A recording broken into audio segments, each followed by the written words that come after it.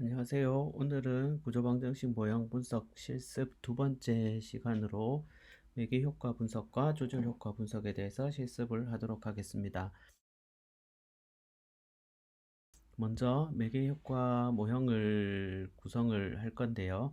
지난 시간에 구성했던 구조방정식 모형을 약간 응용해서 학업적 자기 개념이 자기 통제와 수업 이해도를 매개해서 학업 성취도에 영향을 미치는 모형으로 구성을 해 보도록 하겠습니다.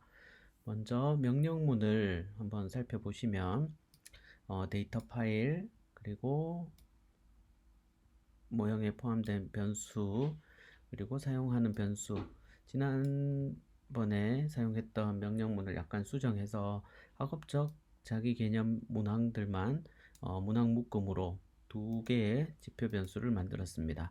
그리고 자기 통제 변수도 이렇게 코드북을 참조해서 내용 기반으로 1번과 4번, 2번과 3번을 묶어서 두 개의 지표 변수로 만들었습니다. 그렇게 해서 만든 문항 묶음을 use variables 명령문 맨 마지막에 붙여뒀고요. 간접 효과를 계산하기 위해서 부트스트래핑 1000번을 실시하는 것으로 지정을 했습니다. 여기는 콤마를 찍으시면 안되고 그냥 숫자로 적으시고요. 횟수라든지 방식에 대해서는 이론 강의 시간에 말씀드리겠습니다. 그리고 모형은 이렇게 구성했습니다. 학업적 자기 개념의 지표 변수 2개, 통제 기대의 지표 변수 2개, 그리고 수업 이해도의 3개의 관찰 변수, 그리고 학업 성취도의 3개의 관찰 변수, 그리고 학업 성취도의 수업 이해도와 학업적 자기 개념, 자기 통제가 영향을 미치는 경로, 그리고 수업 이해도에 학업적 자기 개념과 자기 통제가 영향을 미치는 경로, 자기 통제에 학업적 자기 개념이 영향을 미치는 경로, 이렇게 모형을 기본적으로 구성을 했습니다. 이 모형은 그림에서 보는 바와 같이 구성이 되어 있죠. 그리고 간접 효과를 계산하기 위해서 간접 효과 경로를 추가하였습니다. 모델 인다이렉트라는 명령문을 추가해서요. 학업 성취도에 간접적으로 영향을 미치는데 독립변인이 학업적 자기 개념이라는 뜻입니다. 그래서 살펴보면 학업 성취도에 간접적으로 영향을 미치는데 독립변인이 학업적 자기 개념으로부터 출발하는 간접 경로를 계산하라는 뜻입니다. 그래서 이렇게 수업 이해도를 거쳐가는 경로가 있겠죠. 그 다음에 자기 통제를 거쳐가는 경로, 그리고 이렇게 자기 통제와 수업 이해도를 모두 거쳐가는 경로를 파악을 할 수 있습니다. 그리고 두 번째는 학업 성취도에 간접적인 영향을 미치는데 자기 통제로부터 출발한 경로를 찾아라. 그래서 자기 통제로부터 출발해서 수업 이해도를 매개해서 학업 성취도에 영향을 미치는 간접 효과를 찾겠다는 의미입니다. 그렇게 해서 지금 보시는 대로 모형을 새로 구성을 해서 결과를 한번 살펴보도록 하겠습니다. 그리고 마지막에 아웃풋에는 이렇게 명령어를 쳐야 나중에 간접 효과의 유의성을 확인을 할 수 있습니다. 이 명령어 꼭 입력을 하시고요. 결과를 한번 살펴보겠습니다. 지금 부스트랩 명령을 1000번 실시하라고 했기 때문에 이 횟수가 1000번까지 가면 추정이 완료되게 되어 있습니다. 컴퓨터 성능에 따라서 또 이 실습 과정이기 때문에 조금 더 5000번, 10,000번 이렇게 해서 한번 실습을 해보셔도 좋을 것 같습니다.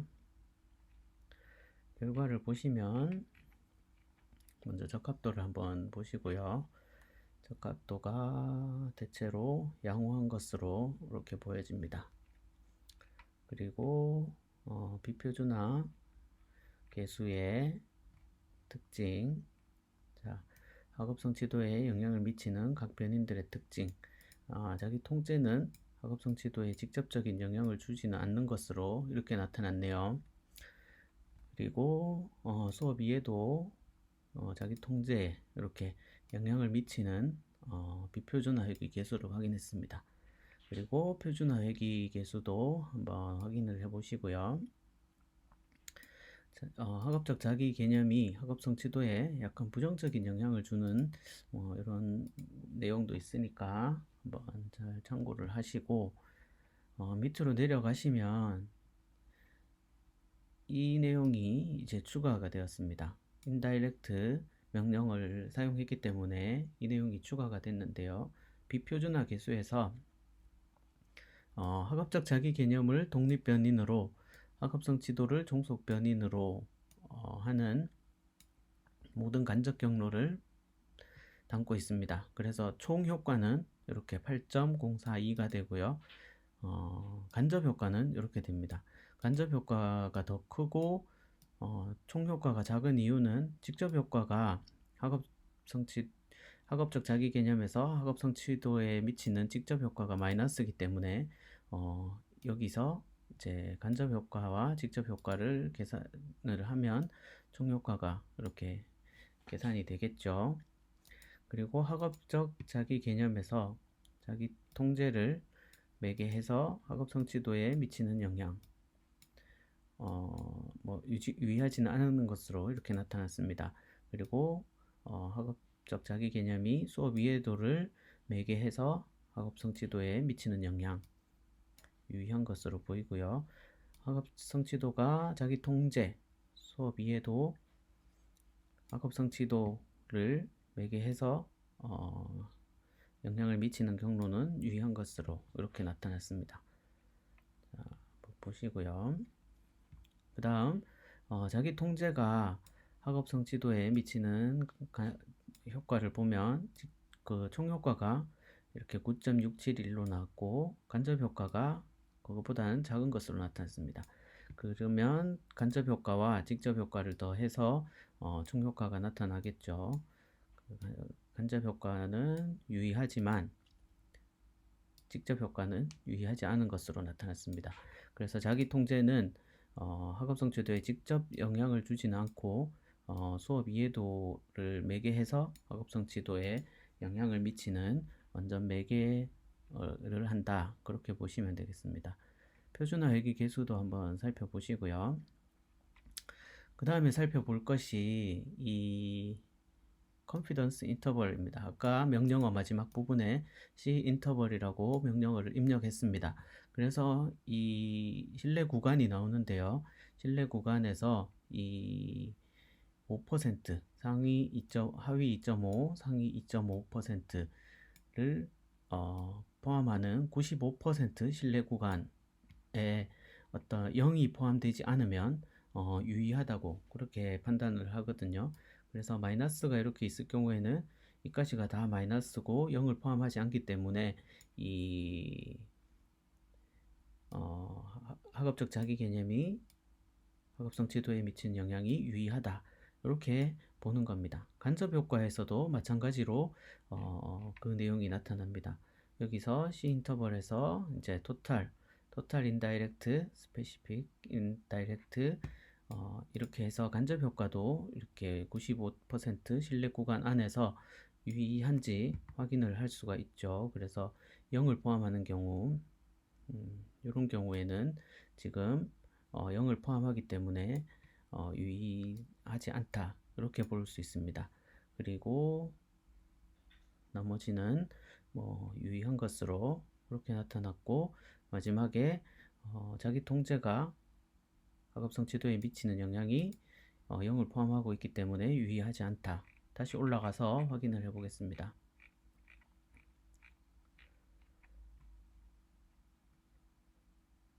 자, 학업적 자기 개념이 자기 통제를 매개해서 학업성 지도에 미치는 영향이 95% 신뢰 구간에 0을 포함하고 있었기 때문에 유의하지 않다. 간접 효과가 유의하지 않다. 여기서도 통계적인 유의성이 나타나지 않았고요. 자기 통제가 학업성 지도에 미치는 직접적인 영향도 유의하지 않은 것을 확인할 수 있습니다. 이렇게 해서 매개 효과에 대해서 분석을 한번 실시를 해봤습니다. 그리고 교재에 나오는 매개된 조절된 매개 효과에 대해서는 강의 시간에 다시 정리해서 차이점과 어떤 결과를 얻을 수 있는지 말씀을 드리도록 하겠습니다. 다음으로 조절 효과 분석에 대해서 실습을 해보도록 하겠습니다. 조절 효과 분석은 교재에 나온 것처럼 다집단 분석을 기초로 측정 불변성을 확인하는 단계를 거쳐서 조절 효과의 결과를 확인하는 것으로 실습을 하겠습니다. 그래서 측정 불변성 또는 측정 동등성, 측정 동일성이라고 이야기를 하는데요. 여기서 각 단계별로 확인이 필요합니다. 그래서 1단계에서는 형태 동일성이라고 해서 두 집단 간의 구조적인 관계가 동일하게 나타나는지 확인하는 단계입니다.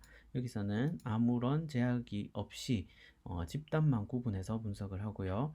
두 번째 단계 측정 동일성 또는 단위 동일성에서는 요인 부하량에 동일한 제약을 걸어서 동일한 방식으로 학생들이 응답하는지를 확인하는 그런 단계입니다. 그리고 세 번째 단계에서는 절편 동일성 단계로 관찰 변수의 절편이 동일한지 확인하는 단계고요. 네 번째는 분산 혹은 공분산 동일성이라고 해서 분산과 공분산의 동일한 결과가 나타나는지 모형을 구성해서 분석하는 방법입니다. 그래서 기본적으로 이 형태 동일성부터 출발을 하게 되는데요. 분석을 할 때는 어떤 두 개의 모형 간의 카이-스퀘어 차이 검증으로 모형 비교를 해서 어떤 동일성을 선택할 건지 결정을 하게 됩니다. 그래서 카이-스퀘어 차이 검증의 연가설은 두 모형 간의 적합도 차이가 없다. 이쪽 부분이죠. 연가설은 두 모형 간의 적합도의 차이가 없다. 그래서 간명한 모형을 선택한다. 이런 의미가 있고요. 예를 들어서 자유도가 하나 증가했을 때 3.838 이상 카이스퀘어가 증가하지 않을 경우에는 연가설을 수용을 해서 두 모형 간의 차이의 적합도의 차이가 없으니까 적합도 변화가 없는 것으로 보고 간명한 모형을 선택하는 것으로 판단을 합니다. 그런데 자유도가 1 증가를 했을 때 3.838보다 더 클 경우에는 적합도가 좋지 않은 것으로 보고 두 모형 간의 적합도가 차이가 있으니까 두 모형 중에서 적합도가 좋은 모형을 선택한다. 그렇게 보시면 되겠고요. 자유도가 변할 때 마다 이 결정되는 카이-스퀘어 분포의 값이 달라집니다. 그래서 자유도가 11대의 임계치는 18.31 이렇게 해서 지난번에 알려드렸던 그 카이-스퀘어 값 찾아내는 그 그래프를 보시고 이 임계치를 결정해서 자유도의 변화에 따라서 이 카이-스퀘어 값이 어떤 곳에 속하느냐에 따라서 어떤 모형을 선택할 건지 결정을 하게 됩니다.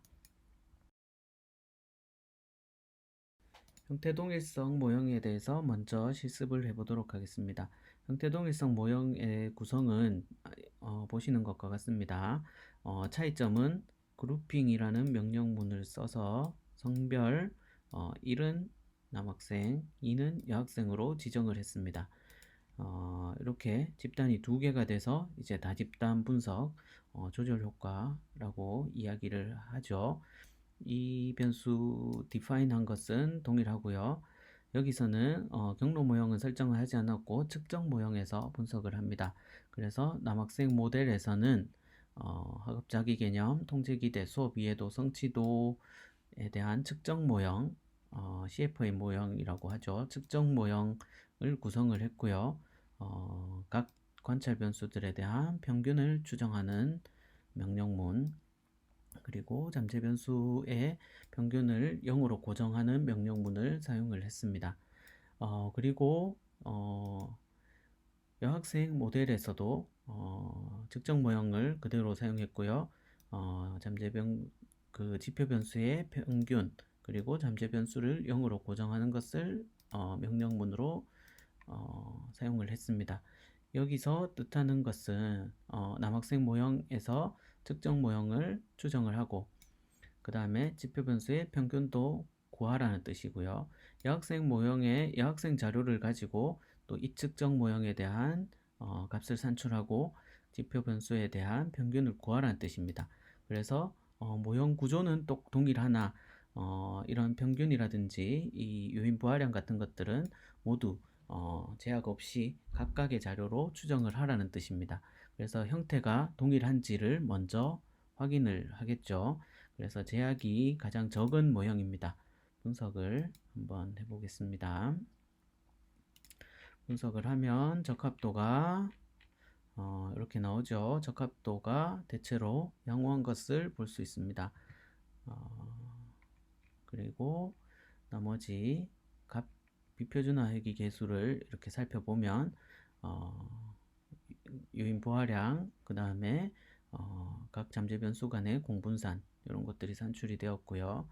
그 다음에 여학생 그룹에 대한 요인 부하량 그리고 공분산, 이게 남학생 그룹과 여학생 그룹에 어떤 차이가 있는 것을 또 확인을 할 수가 있습니다. 네, 이렇게 분석을 했고요. 두 번째 단계로 특정 동일성은 요인 부하량의 제약을 거는 겁니다. 그 뜻이 뭐냐 하면 이제 요인 부하량을 각각 따로따로 추정을 하지 말고 남학생 요인 부하량과 여학생 요인 부하량을 동일하다는 가정으로 제약을 걸어 줘야 되는데요. 여기서 제약을 한번 걸어 보겠습니다. 그래서 제약을 걸 때는 이런 방식으로 사용합니다. 이렇게 해서 여학생 모형에서 이 특정 모형 부분을 삭제를 해주면 이 모형과 여학생 모형의 요인 부하량이 또 동일하게 추정을 하라는 뜻이에요. 그래서 이 특정 모형의 부분을 삭제를 하고 저장을 하도록 하겠습니다. 저는 이렇게 저장을 했습니다. 첫 번째 형태 동일성은 1번으로 저장했고요. 측정 동일성은 2번으로 저장을 했습니다. 그래서 2번으로 저장을 한번 해서 분석을 해보도록 하겠습니다. 자, 그러면 적합도가 이렇게 나오고요. 나머지는 적합도는 양호하고 카이스퀘어 값이 달라진 것을 볼 수 있죠. 자유도도 달라졌습니다. 그래서 두 가지의 적합도를 비교를 해봤더니 측정 동일성 모형과 그 형태 동일성 모형에서 자유도가 증가를 했고 적합도가 나빠진 것을 볼 수 있습니다. 그리고 자유도가 6개를 증가가 했는데 6개보다 적합도가 나빠진 게 더 많이 나빠졌어요. 카이스퀘어 값이 훨씬 더 크게 나빠졌기 때문에 두 모형 간의 적합도의 차이가 있다. 형태 동일성 모형이 적합도가 좋고 측정 동일성이 적합도가 나쁘다. 그렇게 하기 때문에 적합도가 좋은 모형을 선택해서 형태 동일성이 적합도가 더 좋은 것이다 라고 볼 수 있습니다. 그렇지만 이제 다음 단계를 진행을 시키기 위해서 모든 그 요인 부하량이 동일하다는 가정을 좀 해제를 해서 부분 측정 동일성을 실행을 할 수 있습니다. 여기서 부분 측정 동일성을 실행을 한 모형을 한번 보시면, 자, 제가 이렇게 볼 수 있습니다. 여학생 모형에서 조금 남학생 모형하고 형태 동일성에서 비표준화 회귀 개수에 좀 차이가 좀 컸던 변수들을 다시 여기다가 입력을 했습니다. 이 말은 뭐냐 하면 수업 이해도의 두 문항과 성취도의 영어 성취도 같은 경우에는 남학생, 여학생들 간에 점수 차이가 좀 있기 때문에 그냥 각각 요인 부하량을 부여를 해서 추정을 하라 그런 뜻입니다. 그래서 이 부분은 제약을 해제해 주고요. 제약을 해제해 준단 말은 남학생 모형과 여학생 모형을 각각 유인부하량을 따로따로 추정을 하라는 뜻입니다. 그래서 이렇게 부분 측정 동일성 모형을 선택을 해서 이렇게 이 파일명 2-1번으로 저장을 했습니다. 저장을 하고 분석을 한번 해보도록 하겠습니다. 분석을 하니까 적합도가 1148.724, 61 이렇게 나왔죠. 그래서 1148.714, 61 자유도가 3개 증가함에 따라서 적합도가 카이스키어 값이 조금 증가를 했는데 인계치 자유도 3 변화의 인계치는 7.815이기 때문에 두 모형 간의 적합도가 차이가 없다고 하는 연가설을 수용하는 범위에 포함됩니다. 그래서 간명한 모형으로 부분 측정 동일성이 확보되었다. 이렇게 판단을 하고 다집단 분석을 이어나갈 수 있습니다. 그리고 이제 이 부분 측정 동일성을 가지고 이제 절편 동일성을 진행을 할 건데 마찬가지로 부분적으로 제약을 해제했던 부분을 그대로 남겨두고 절편 동일성을 진행을 하겠습니다. 3단계가 절편 동일성인데 측정 동일성이 확인이 되어야 절편 동일성으로 넘어갈 수가 있습니다. 그런데 우리가 여기서 형태 동일성에서 넘어올 때 측정 동일성이 만족하지 않아서 부분 측정 동일성으로 일부 제약을 해제한 요인이 있기 때문에 절편 동일성에서도 마찬가지로 절편을 모두 해제하지만 요인 부하량에는 일부 제약을 해제한 부분이 있어서 부분 절편 동일성으로 분석을 해보도록 하겠습니다. 부분 절편 동일성의 모형은 다음과 같습니다. 여기서 측정 모형은 그대로고요. 앞서 분석했던 2-1 모형에서 부분 측정 동일성 모형에서 남학생 모형의 측정 모형은 그대로고요. 잠재 변수의 평균을 0으로 고정한 것도 그대로입니다.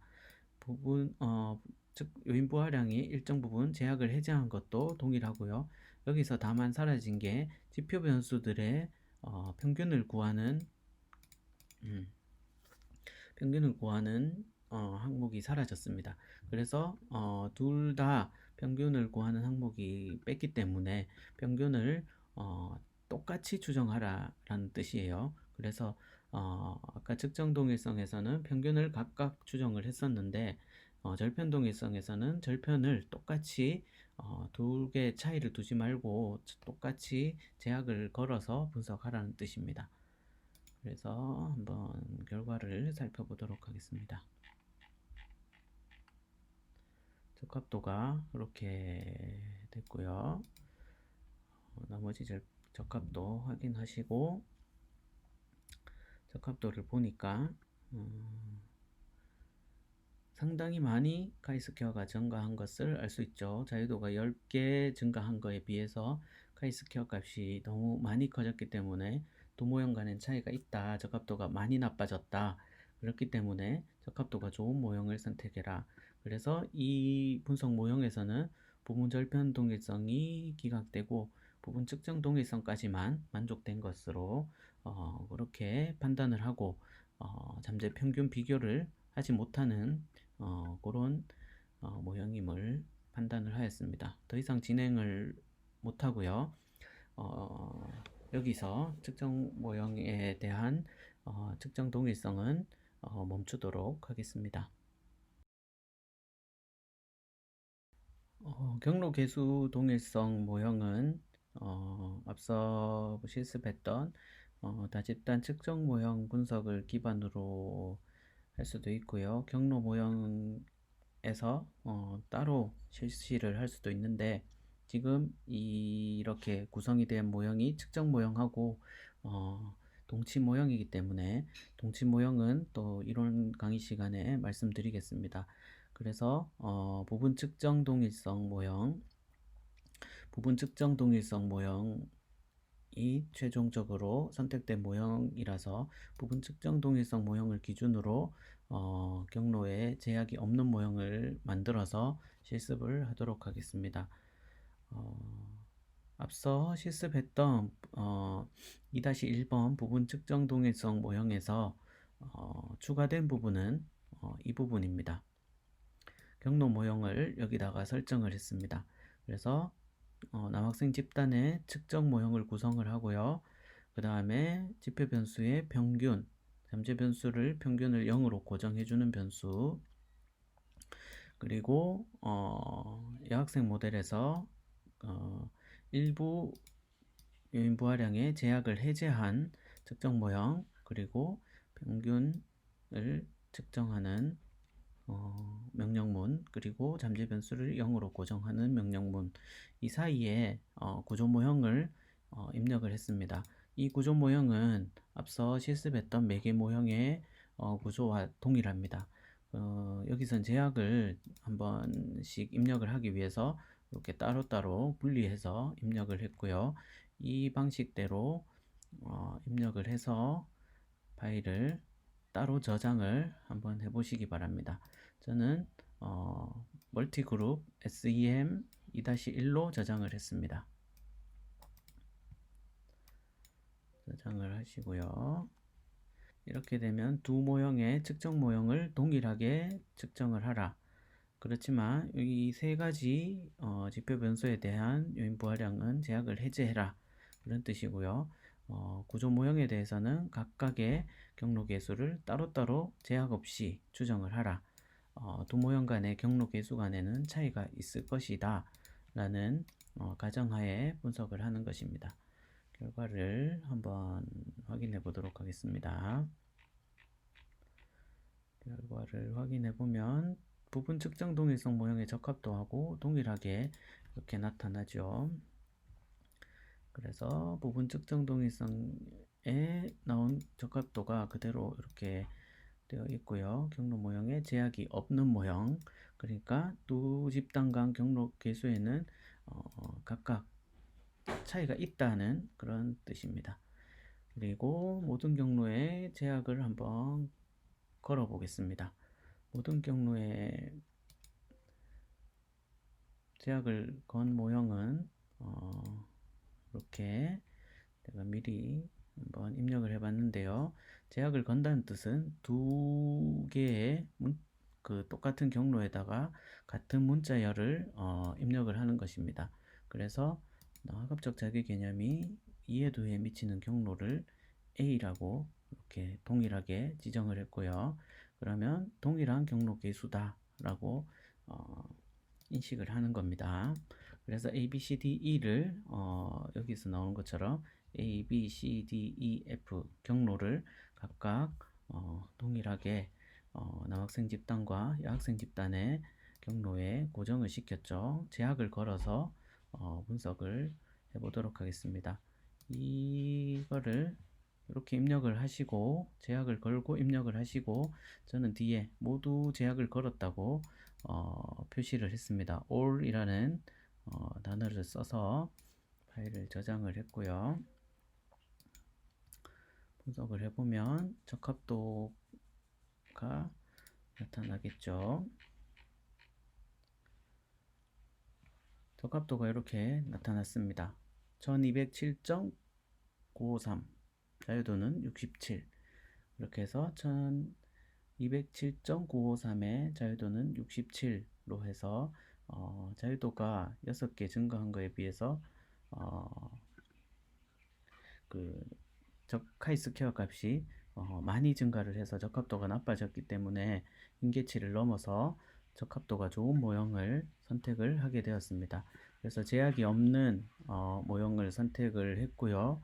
이 모형의 특징은 앞서 보신 것처럼 두 집단 간의 경로에 차이가 있다는 가정이 더 적합하다라는 것을 알 수가 있습니다. 그래서 구체적으로 차이가 있다고 이렇게 결정이 됐는데 구체적으로 어떤 경로에 차이가 있는지를 다시 살펴봐야 되겠죠. 그래서 먼저 하나씩 제약을 걸고 분석을 해보도록 하겠습니다. 그렇게 되면 이 명령문에서 먼저 A만 남겨두고 제약을 해제를 하도록 하겠습니다. 그러면 A만 남겨두고 해제를 하도록 하겠습니다.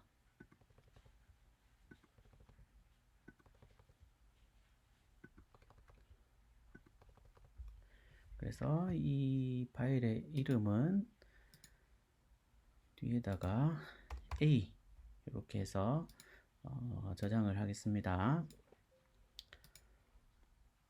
그리고 분석을 돌려보면 적합도가 이렇게 산출되겠죠. 나머지 적합도는 괜찮은 걸로 보이고 카이스퀘어 값과 자유도를 확인할 수 있습니다. 그래서 정리를 해보면 A를 제약한 모형과 그 전에 제약이 없이 모두 차이가 있다는 모형을 비교를 했을 때 제약을 해주면서 자유도가 하나 늘어났기 때문에 자유도가 하나 증가했을 때 카이스퀘어 값이 그렇게 차이가 나지 않은 것을 볼 수 있습니다. 그래서 두 모형 간에는 차이가 없고 간명한 모형을 선택하라. A를 제약한 모형을 선택하라. 그러면 A를 제약했을 때는 제약을 했으면 두 경로 간에 차이가 없다 라는 뜻입니다. 그래서 남학생 집단과 여학생 집단의 경로에는 차이가 없다는 것을 알 수 있죠. 그래서 학업적 자기 개념이 수업 이해도로 가는 경로는 남학생 집단과 여학생 집단의 차이가 없다라고 해석을 하시면 되겠고요. 그 다음 B도 한번 해보도록 하겠습니다. B는 다시 all 모든 경로가 있는 것을 열어가지고요. 여기서 B가 있는 경로를 남기고 B를 제약을 하고 나머지를 제약을 해제를 해주도록 하겠습니다. 자, 해서 이 파일은 세이브에스 B로 저장을 하시고요.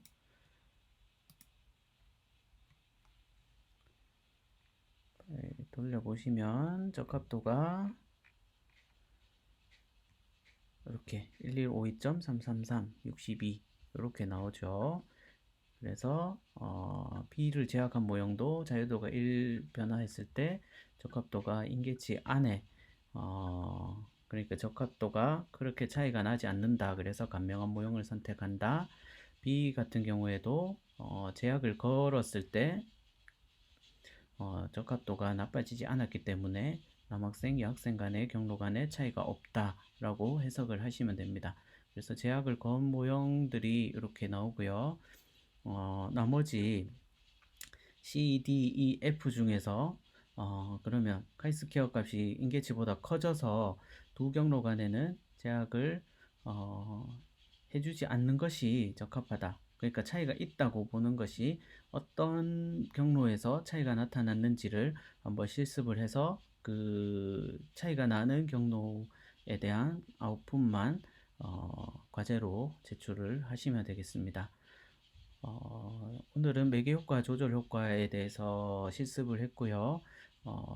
구체적으로 다루지 않은 부트스트래핑이라든지 매개된 조절된 매개 효과에 대해서는 강의 시간에 다시 설명을 드리도록 하겠습니다. 수고하셨습니다.